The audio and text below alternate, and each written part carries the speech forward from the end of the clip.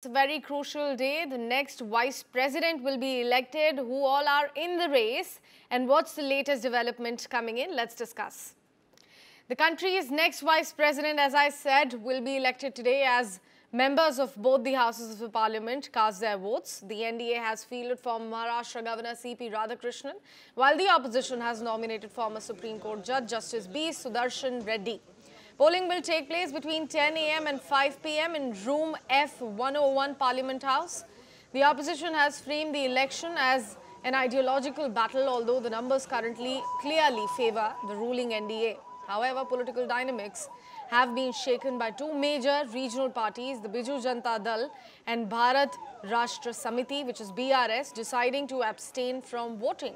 BJD leader Sasmit Patra confirmed party's decision, saying that after discussions with party president Naveen Patnaik and senior leaders, the BJD will maintain its stance of being equidistant from both the NDA as well as INDIA blocs.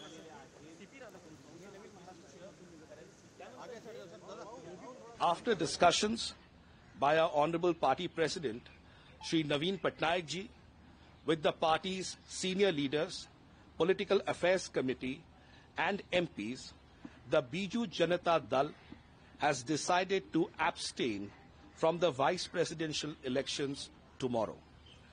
The Biju Janata Dal remains equidistant from both NDA and India alliances. In Telangana, the BRS has also chosen to abstain. Party working president K.T. Ramarao cited the ongoing urea shortage crisis impacting farmers as the main reason, expressing frustration with both the Congress as well as the BJP for their failure to resolve the issue. KTR described the abstention as an expression of farmers' anguish. He added that the party would have opted for Nota if it were an option in the vice presidential election.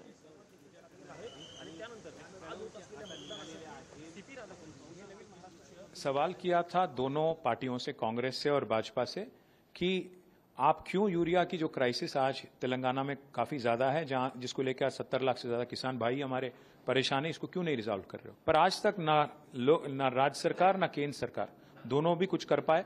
इसीलिए हमने तय किया कि किसान के हित में आज हम प्रोटेस्ट करना चाहते हैं, इसलिए इलेक्शन से दूर रहने का फैसला हमने लिया। हमारे जो राज्यसभा मेंबर है उनसे सबसे कंसल्ट करने के बाद हमने ये फैसला लिया।